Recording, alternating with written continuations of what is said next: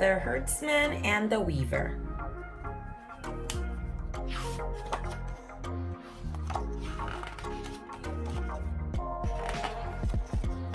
The Herdsman and the Weaver. One pretty princess lived in a beautiful palace in heaven. She liked to weave cloth, and she did it better than anyone else. She wove the most beautiful cloth in the universe. So the king called his lovely daughter the Weaver. One day, when she was weaving cloth as usual, she heard the beautiful sound of a flute coming from outside. Oh, it sounds magical. Who could be playing that flute? She wondered. She saw one handsome man riding a bull in the field. Everybody called him the herdsman.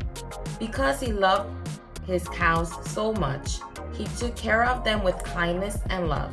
The weaver was fascinated with his playing the flute, and they fell in love with each other at first sight.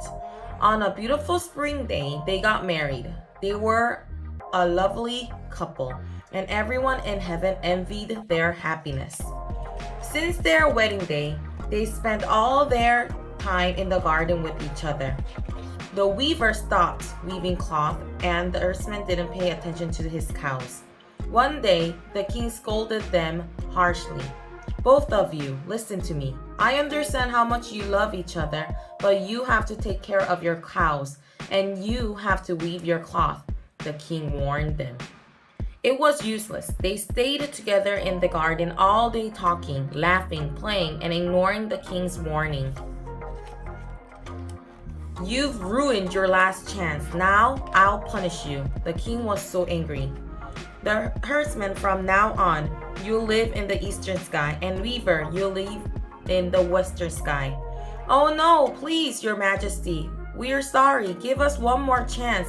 We can't live without each other. You know that, they begged, but the king was so strict.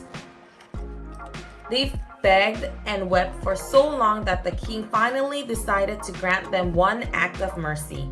You're allowed to meet each other once a year on the banks of the Galaxy River, on July 7th of the lunar calendar. Thus, the herdsman and the weaver were forced to live apart.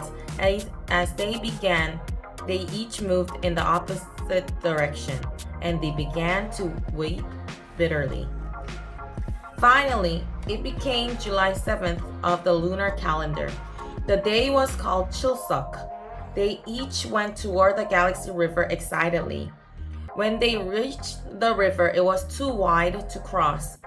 They stood on the banks of the Galaxy River and shouted, "Weaver, I miss you so much." Herdsman, I always dream of you. Their tears rolled down into the river.